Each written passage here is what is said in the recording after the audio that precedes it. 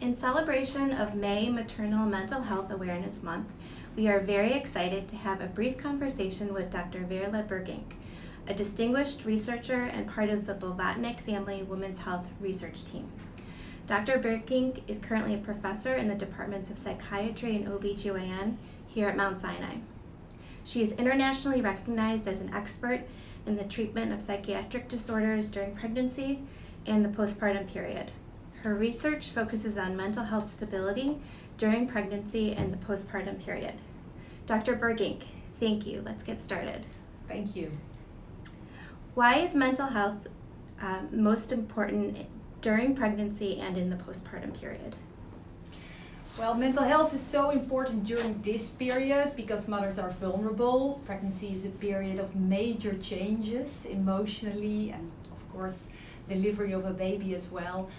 But also physically, so the hormones change, the biology changes. This makes women vulnerable, and mental health of the mother has a major impact on her baby.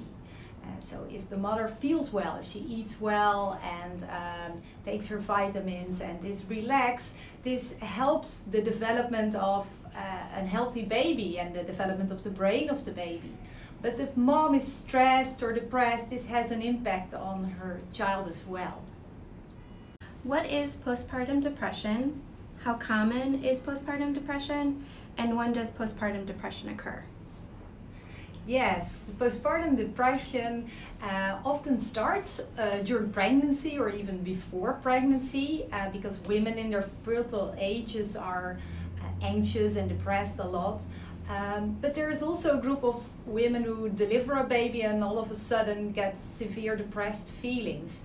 So depression is when the mood is low and women do not enjoy their baby, but also other things in life. So in that sense, it's not different from depression outside the postpartum period.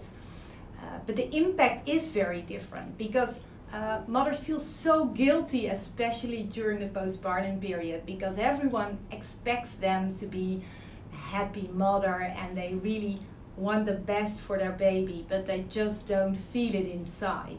And that makes it especially difficult for moms to suffer from anxiety or depression during this period with high expectations that she is doing well and playing a lovely mother while she does not feel this inside. How do I tell the difference between baby blues and postpartum depression?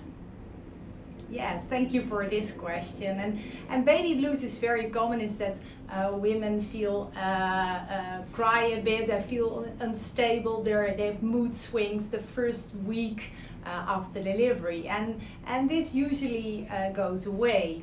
But also after this week, and it's not called the baby blues, but it's normal for women having a child to feel low now and then, to feel stressed, to feel insecure, to be very tired and grumpy now and then. So that's something that is really common. What depression is really more severe, and that means that you're constant low in mood and that you cannot enjoy things anymore. And I earlier talked about the guilt, that you feel guilty and low about yourself. But I think it would help if there is more openness about these very common symptoms, if moms, but also their environment, would be much more open about how difficult this period can be and that it's normal to feel low now and then. It would make it much easier, not only for depressed mothers, but for all mothers. What can family members, friends, and loved ones do or say to someone struggling with a mental health issue, such as postpartum depression? Yes, I think important is that to not be judgmental, just to acknowledge that this can happen, and also send a message that women will get better because it's a very treatable condition. And when you're in the middle of depression, you feel that it will never go away and that this will be for always. So I think for the environment, it's very important to signal that this is it's not their fault, this can happen, it's a medical condition and it's very well treatable.